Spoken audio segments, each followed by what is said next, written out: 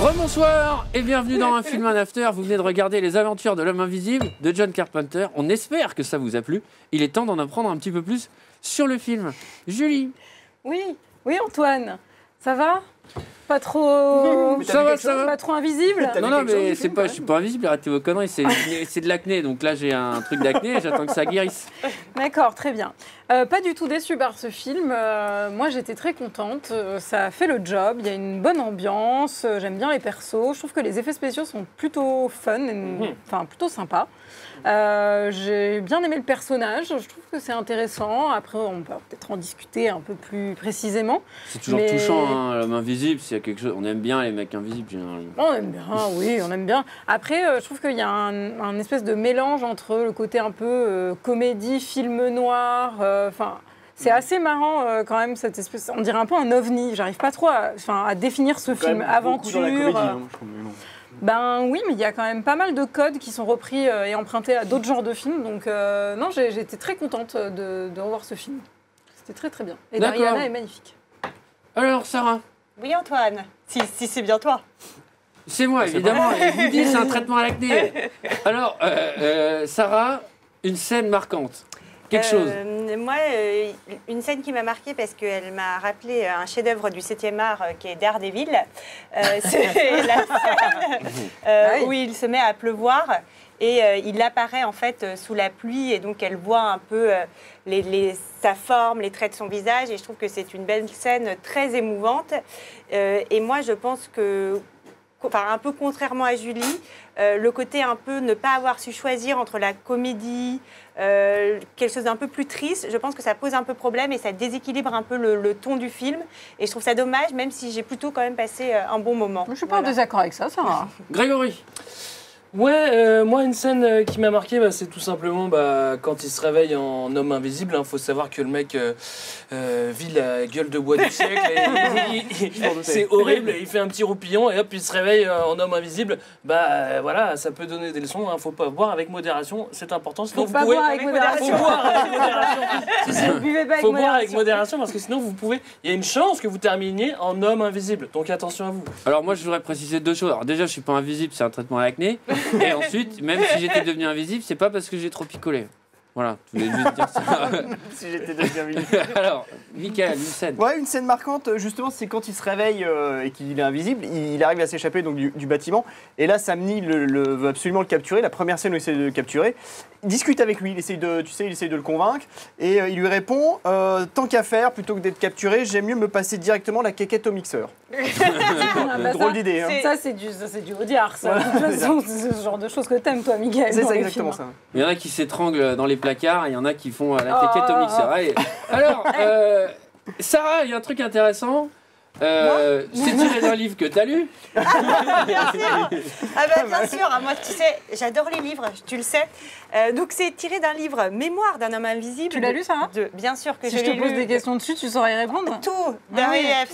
Saint, qui a été écrit en 1987, et Chevy Chase, qui est l'acteur qui joue... 1800, pardon. Qui est l'acteur principal, donc avait lu ce bouquin et a eu très envie d'acquérir les droits pour pouvoir faire ce film. Mais surtout pour pouvoir relancer sa carrière, parce que Chevy Chase, à ce moment-là, il a vraiment besoin d'un petit coup de boost et il a besoin de changer un petit peu son image de petit rigolo. Il faut préciser, on ne le connaît pas très bien ici, mais c'est un humoriste américain. Qui a fait partie du SNL pendant de nombreuses années. Et effectivement, il avait besoin de relancer sa carrière un petit peu. Et surtout, il avait envie de passer de quitter un peu ce côté comique et de rentrer dans quelque chose d'un peu plus sérieux. Et donc, c'est pour ça qu'il voulait un homme invisible, justement, pas trop comédie au départ. C'est marrant que ça soit un mec, justement, un acteur qui donne l'impulsion pour un film. C'est plutôt rare quand même, non? Là, c'est le cas. Ça arrive quand on a par exemple un statut de comédien. Non, mais un statut de comédien, enfin quelqu'un qui sort du SNL ou quelqu'un effectivement qui. Mais c'est souvent mauvais présage. Hein. Alors, pour le coup, qui plus est dans un film où finalement on va lui dire oui parce qu'à l'époque il est bankable et où en fait le concept du film c'est qu'il ne faut pas le montrer. Ouais. Donc c'est aussi pour ça que Carpenter va devoir user d'un espèce de stratagème et de pas mal d'idées de mise en scène parce que son homme invisible il est obligé de le montrer pour vendre le film. Mais il y a un mélange des genres vraiment parce que toi pour le coup tu as trouvé que ça avait bon goût Mais moi, le mélange film noir, épouvante et en même temps comédie, c'est carrément une comédie. Le côté thriller, je le trouve assez raté du coup parce que il a vraiment une tronche de mec rigolo.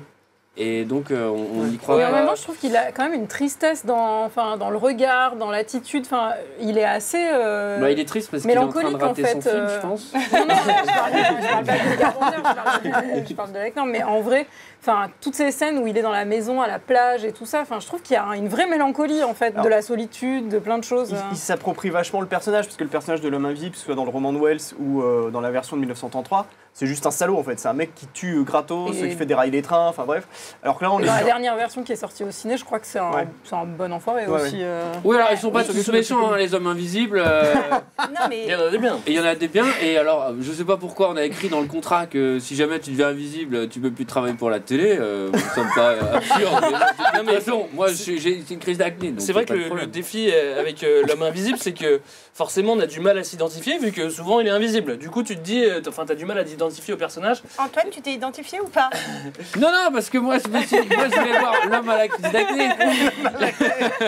Ouais, à part la scène où il a les bandeaux sur la gueule, je dois un peu comme moi là, mais. Ouais. Et donc Carpenter, tu parlais de stratagème, hein, Julie, et lui ce qu'il fait, c'est qu'en fait, il fait plein de scènes où on le voit. Du Ouais. coup, en fait, il faut quand même, c'est un héros. S'il est tout le temps invisible, c'est difficile. Ouais. Donc là, il va utiliser ce stratagème qui est pas, enfin, Mais il a, En des fait, bonnes bête, hein. idées, il a des bonnes idées de mise en scène. Toute la scène, moi j'adore la scène où il est au téléphone à un moment, Ouais. où en fait tu le vois au téléphone et dans le miroir qui est juste en face de lui, tu vois le téléphone tout seul Ouais. qui se balade. En fait, je trouve qu'il y a plein de petites idées comme ça Il y a qui sont assez Plein de malines. bonnes idées. Et C'est alors vrai. certes, qui donne pas un chef-d'œuvre parce que j'ai bien aimé ce film, mais je considère pas ce film comme un chef-d'œuvre. Mais je trouve que c'est malin en fait. Il y a plein de, même la scène du maquillage, même enfin pour les effets spéciaux, les trucs comme ça, Ouais. c'est encore Après, c'est assez old school quoi. Enfin, Il y a quand même, je pense qu'il y a une petite partie hommage. Ouais. Tu vois, quand il arrive dans le bureau, tu vois le porte-manteau avec le chapeau. Oui. La porte, c'est un miroir. Tu te dis, bon, clairement, il va faire des trucs avec le chapeau et le téléphone en face du miroir. Enfin, moi, en tant qu'invisible, c'est ce que j'aurais fait. mais- Je pense par contre, Antoine, tu vas foutre tous les gobelets les verres par terre, parce que je pense que tu vois rien là-dedans. J'ai un peu chaud, hein, je vous cache pas.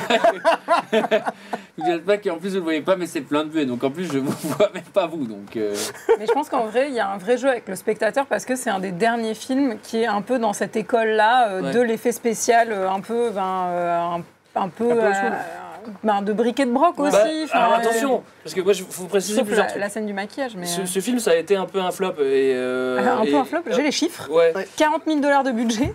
14 000 $ de worldwide gross. Mais Donc moi, c'est j'ai- un méga flop. on J'ai- parle en j'ai- millions ou en juste mille en France En millions. J'ai une ah oui, parce que explication pour 14 ça. 000 $, je me dis, putain, Non, c'est pas 14 beaucoup. 000, quoi. 14 000. En France, il a fait 285 000 entrées. À titre de comparaison, New York 97, c'est 1 300 000. Ouais. Non mais justement il y a une explication à ça selon moi, hein.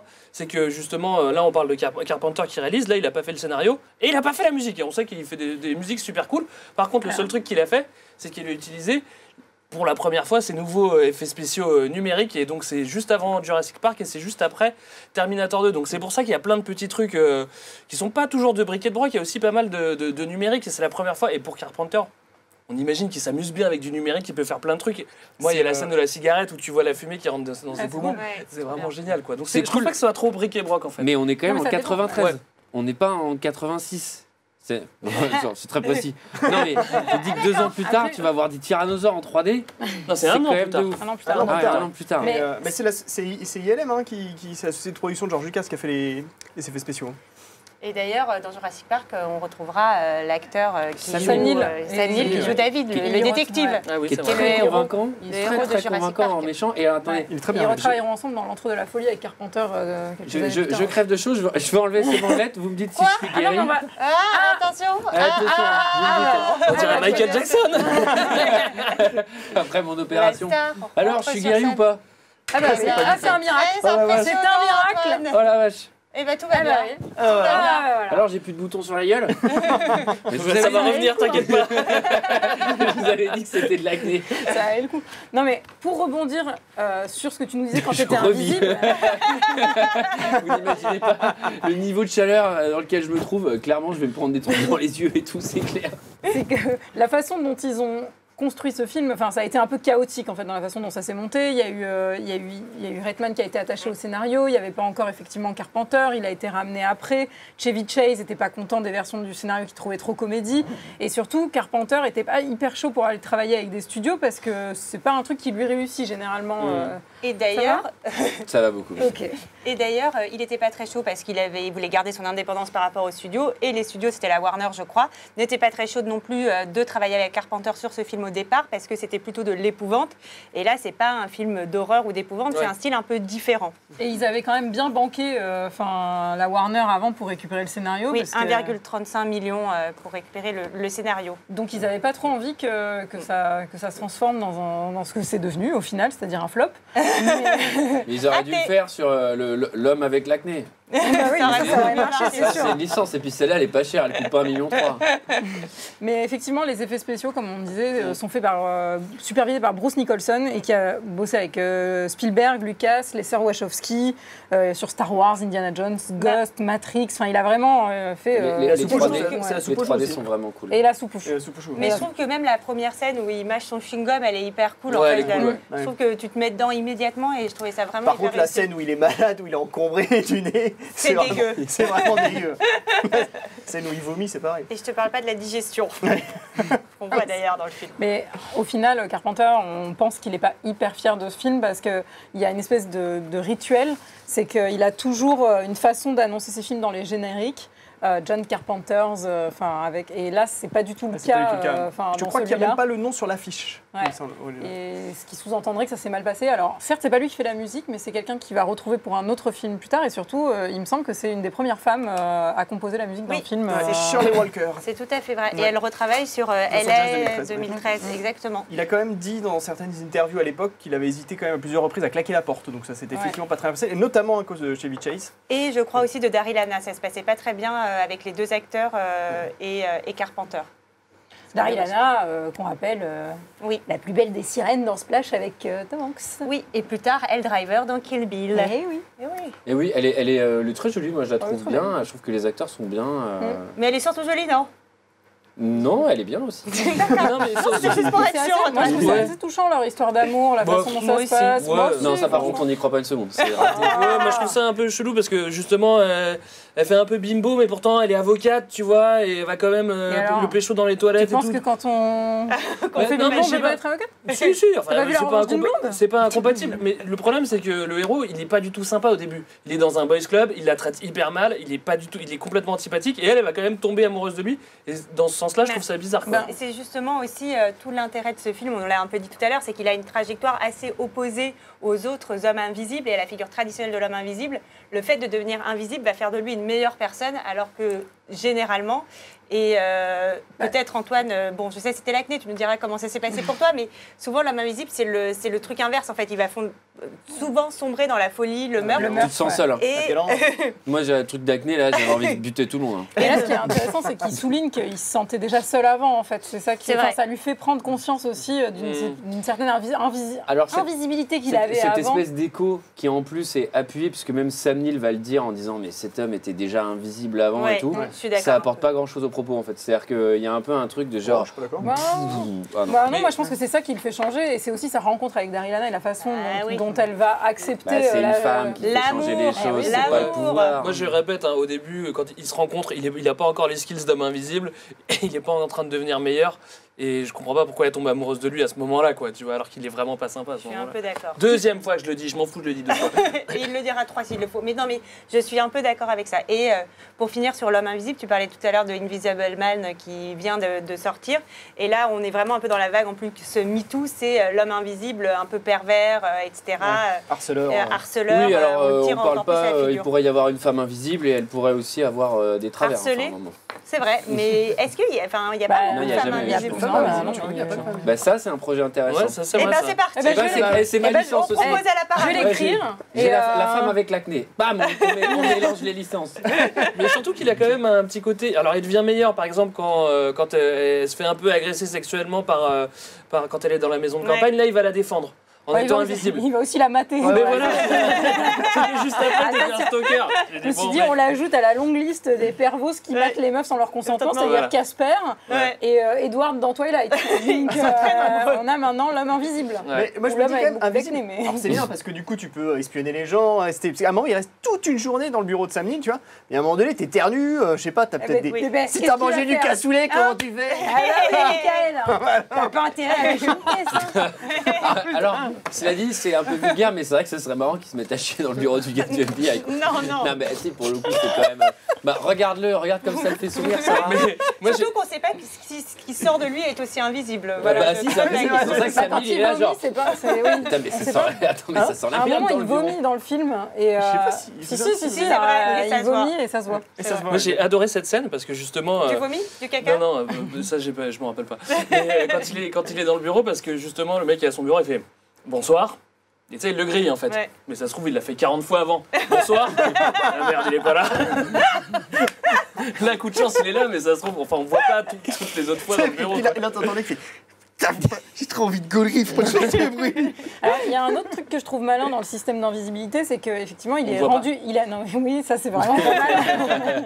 Il est Mais invisible, Il est vraiment. invisible, mais il est invisible avec Ses ses vêtements. Et oui. Et donc, il doit trouver son slip invisible à chaque fois qu'il doit se rhabiller, quoi. Oui, ça, c'est pas mal. Et il doit le y avoir voit une pas. certaine donc il y a odeur un son truc, slip invisible. Au bout d'un moment. Après, honnêtement, à sa Faut le laver, place, je me ferais pas chier à retrouver mes vêtements. Je suis invisible, je me balade à poil, au moins c'est bien. Ah, mais s'il fait froid, C'est comment tu fais? sympa. Bah, je pense que. T'as raison. Ça, c'est ce que. Non, mais je suis d'accord La avec toi. double utilité des fringues. À un moment, il va courir sur la plage. Oui. Qu'est-ce qu'il fait? Mais un bandeau. Bah, le mec va courir à la plage, Ouais. va courir à poil, c'est la seule opportunité que t'as pour courir à poil sur la T'as plage. déjà couru à poil? Ouais, Tant avec un d'expérience. bandeau. Tant que l'expérience, je suis pas sûr que ce soit très agréable. Non, mais surtout que dans cette scène, il dit salut à un gars, le mec est ouvertement invisible, il est en short et tout, et là c'est bon, tranquille. Ouais, mais là, ça il- pose aucun risque problème. rien. C'est pas un mec du FBI, c'est un pêcheur. Il est pêcheur. Il faut pas savoir. Ah, les moi, c'est un pêcheurs, mec, ils sont concentrés, hein. Quand ils pêchent. Ah bah oui, alors là. C'est un mec correct qui a des valeurs, c'est-à-dire que certes, il squatte la maison de ses potes, mais il leur fait quand même les courses avec des choses qui coûtent un peu Alors, d'argent. hein. Juste une précision dans la VF, je sais pas si vous l'avez vu en VF, ils ramènent du vin blanc et ils disent oh des bouteilles de Montrachet. On dit Montrachet, on dit pas Montrachet. Ouh, pardon. Hein, Antoine Ah là là, tu fais bien d'insister Et- là-dessus, Ah oui, c'est important. très hein. important. Et on dit Carpenter, c'est ça aussi. Charpentier. Pas Charpentier, Charpentier. pas Carpenter. Bon, alors, personne a d'autres choses à ajouter? Ah bah si, moi, je pourrais en parler Pendant des pendant heures et des des heures, heures. pendant des heures. Non mais voilà, on peut conclure avec, je le redis, Sam Neill pour le coup très convaincant. Ouais. Il marche très très bien en méchant. C'est vrai que c'est marrant de le voir peu de temps après dans Jurassic Park où il va être le gentil mec un peu rasoir, etc. Là, il fait vraiment l'exact opposé. Je vous invite à regarder Event Horizon avec lui et L'Antre de la folie de Carpenter, justement, pour le coup, dans lequel il livre une performance assez folle. Très bien, très bien. Alors, bon, bah, c'est le moment de mettre un avis chiffré sur ce film. oui. Allez, Allez. mesdames, messieurs, à vos ardoises. La partie notation The Notation Party. L'homme invisible, une note de 0 à 5, virgule non acceptée. Julie. Alors, je vais mettre pas 3, je vais mettre pas 1, C'est bien préparé en tout je cas. vais mettre pas 0, pas 2, pas 5, je vais mettre 4. C'était la dernière. Parfait. voilà. N'hésitez pas à préparer vos fiches. Alors, pourquoi 4? Pourquoi 4 Parce que je trouve que c'est un excellent divertissement d'un réalisateur que j'adore. Je vous dis que j'adorais Non, je Carpenter. savais pas, tiens. J'adore Carpenter. Il est formidable. Sarah, elle a lu le livre, je crois. hein. Ah, j'adore T'as lu le livre Ah bah tu vas j'adore. nous en parler alors. Mais en vrai, je trouve que c'est, même si c'est maladroit par certains aspects, c'est pas hyper bien équilibré par d'autres endroits. Enfin, bon, je trouve qu'il y a une vraie patte, il y a une vraie envie de faire quelque chose. Peut-être pas la même chose, tout le monde voulait pas faire la même chose, mais au moins il y a une sincérité dans ce film. Et je trouve que c'est chouette. J'ai vu un peu des images où Chevy Chase avait une combinaison toute bleue. Qui faisait que c'était un peu comme un fond vert mais bleu du coup et qu'on pouvait le faire disparaître à l'image. Et c'était exactement la même chose finalement pour la scène du maquillage avec son visage. Il a été obligé de mettre des lentilles bleues, de la pâte bleue au niveau de la bouche. Il a dû souffrir. Ouais, à mon avis, ça devait être un peu chiant. Mais bon, en même temps, c'est lui qui l'avait demandé. Hein, Oui, c'est donc, vrai. Par rapport à Antoine qui a gardé quand même son bandage Ouais. suffisamment Pendant 5 minutes. longtemps. Ouais, vous Je imaginez veux ce dire, qu'on a c'est rien. travers. Et puis là, le budget de production ici, c'est immense. Hein. Alors, c'est élégant, des chiottes en plus. Je crois qu'il lui avait mis du Tipex sur les dents pendant la scène du restaurant parce qu'il a quand même les deux Ah les ouais, dents c'est vraiment dégueulasse, blanches mais un peu cracra quoi. voilà. Et en plus, je trouve que l'affiche est très jolie. J'aime bien ce suis truc un peu d'accord. aventure dans le vent. Sarah, Alors moi j'ai mis 3. 3? Oui, t'es Bah, étonné c'est- que je trouve ça beaucoup ou pas beaucoup? Ah, je pensais que t'aurais mis 2, moi. Mais... Oh. Non, parce que honnêtement, j'ai vraiment passé un bon moment devant ce film. Je l'ai trouvé parfois un peu déséquilibré, un peu incertain dans le ton, mais je ne l'ai pas trouvé inintéressant. Et même, je trouve que le personnage principal est plutôt intéressant dans son développement et dans son avancée. Et je reviens tout à l'heure parce que, messieurs, vous m'avez contredit en disant le livre de Sainte Mémoire d'un homme invisible, c'est 1987. C'est 1887, non, c'est Wells, l'homme invisible, le premier homme invisible, voilà. qui est de 1897. Et 1987, pardon, on va s'embrouiller avec les 2007, dates. C'est bien- 2007, hein, je crois. C'est bien Mémoire d'un homme invisible, et c'est de là qu'est tiré le film, et c'est pour ça que Chevy Chase, en fait, a lu le bouquin même avant sa sortie, et a tout de suite voulu les droits. Voilà, Mais je- la Alors, vérité rétablie. C'était Voilà. du manspreading. Ouais. C'était exactement du Non, Ah, pas oui, du oui, mansplaining, c'est vrai, parce que c'est sinon vrai. c'était comme ça dans le métro, mais du mansplaining plutôt. Et Du voilà. mansplaining, ouais. Sorry, Bon, sorry. bah, Voilà. je suis avec les termes, Julie, c'est moi qui dis les termes. La vérité est rétablie. Ouf. Ouf. Moi j'ai mis, j'ai mis 3. Ah J'ai mis 3, c'est pas mal. Pourquoi? Parce que c'est quand même culte, l'homme invisible, c'est aussi culte que Dracula, Frankenstein et tout machin. Ok. Parce que Carpenter est culte pour moi aussi. Ok, ce film est un peu en dessous, mais c'est pas lui qui a fait le scénario, blablabla, j'ai déjà expliqué tout à l'heure. Mais quand même, comme c'est Carpenter, je peux pas mettre moins de 3. Et puis aussi parce que je regardais la série quand j'étais petit, je sais pas si vous vous rappelez, mais elle passait même, celle des années 50, 60 plutôt, passait en noir et blanc quand j'étais môme. Oui, je suis très Ah, vieux. parce qu'il y en a une plus tard, dans Oui. les fin des années 90-2000, qui passait sur TF1, qui Ouais. s'appelait Invisible Man. Ouais, Et c'est l'histoire d'un mec invisible, un truc comme ça. non Et c'était C'était un vraiment mec qui pas avait de dingue. l'acné. Hein. C'est pas un mec Ouais. invisible. Ouais, ouais, Ouais, c'était c'était ça. c'était une meuf qui avait de Ouais, l'acné et, Et donc- qui faisait du mansplaining. Et donc ça m'a rappelé des souvenirs. Et bon, voilà. Il est pas super le film, selon moi. C'est pas le meilleur Carpenter, c'est pas le meilleur homme invisible. Mais quand même 3 parce que je suis sympa aujourd'hui. Voilà. Oh, la bonne humeur. Michael, Bah, moi, je trouve que celui qui est invisible dans ce film, c'est Carpenter, en fait. Je trouve qu'on voit pas la Oh. patte de Carpenter. Qu'est-ce qu'il y a Je trouve ça manque de Carpenter. Moi, je suis J'ai l'impression de voir plutôt une comédie américaine un peu lambda. Et je trouve, je vais mettre un peu les pieds dans le plat, je vais en choquer plus l'un. Vas-y. Je trouve que celui qui sauve le film, c'est Chevy Chase, en fait, avec certains gags que je trouve assez drôles. Du coup, je lui mets 2. 2. Eh ben c'est très bien. Ça fait une note de 2,75, allez, j'en sais rien, mais ça doit être un truc qui ressemble à ça. Qu'en disent les gens d'Internet? Hi. Ils en savent. Alors 2,8, donc note quand même assez moyenne. pour Ouais, ce Très film. proche de nous, hein, pour le coup. Mais je pense que si ça n'avait pas été Carpenter, je pense que la note aurait été plus élevée parce que C'est les gens marrant. comparent beaucoup Ouais. à tout le reste de sa filmographie, forcément. Ouais, ou Alors- inversement. Hein. On commence avec un 3 qui dit un petit film fantastique vintage avec une narration originale et de l'humour qui nous rappelle comment les bruiteurs aimaient à l'époque rater leurs prestations en nous faisant des bruits de pas grotesques et beaucoup trop forts. Oui. Alors ça tape. Le bruit de pas dans ce film, c'est aussi présent que la musique et les acteurs. Depuis que les bruiteurs ne sont plus payés au nombre de bruits de pas exagérément sonores, eh ben la qualité des films a fait des progrès. Hein. Oh là là. Ah oui. On continue. On continue. Attends, mais les mecs étaient payés au bruit de pas. Au bruit de pas. Ça fait combien de bruit de pas? Ah bah oui. 67. Et ben voilà, 67 Du coup, dollars. du coup, ils en mettaient quand, même quand les gens marchaient pas, donc ça faisait bizarre, c'est vrai. On a un visiteur, alors lui on comprend absolument pas ce qu'il a essayé de nous dire. Il nous fait publicité. Ok, alors pognon pour moi aussi. Ça, c'est un bon commentaire, ça. Et, et il ajoute au moins le respect. Bah ouais, au moins. Non mais alors, c'était pour moi aussi Ok, et au moins on le respect ça. Au moins. Et on finit avec un commentaire 4 étoiles qui dit ce film est vraiment bien, hein, est vraiment bien vu. Hein. Fallait y penser à cet accident nucléaire qui a irradié Nick Alloway et l'a transformé en homme invisible. Ce phénomène fait comprendre à Nick ce que manigancent les scientifiques du laboratoire où il travaille. Nick Alloway est en danger, car l'état dans lequel il est devenu pourrait être appris dans tous les pays. La police essaie donc de l'éliminer pour que son invisibilité reste secrète. John Carpenter réussit un film qui semble très réaliste. Je me demande bien comment ils ont fait pour rendre son invisibilité aussi crédible. Les scènes où il se voit dans la glace, les scènes de poursuite où il se déshabille, lorsqu'il enlève les bandes de son crâne et qu'il n'y a rien en dessous. Ce qui est le plus drôle, c'est que même lui ne se voit pas, il se voit pas ses mains. c'est vraiment le plus drôle. C'est pas pratique pour manger. Ah oui. Mais moi, j'ai eu un fou rire dans le film quand il voyait pas ses mains. Ouais, Il voit c'était- pas ouais. ses mains. Ah, mais pour Génial. manger, c'est pas pratique. Ah bah alors, c'est drôlement pas commode. Carpenter montre des choses que tout le monde rêve. Être invisible pendant quelques temps, cela doit être pratique. On peut écouter ce que disent des amis sur vous. Car ils ne savent pas que vous êtes là. Moi, j'ai bien aimé la scène. Bien vu, Sherlock. On peut voler sans problème. Einstein. On peut faire peur aux gens.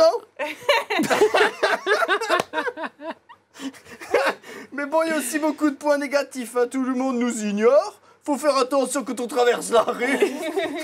Car personne ne nous voit. C'est pas faux, hein. Au final, être normal est sûrement préférable.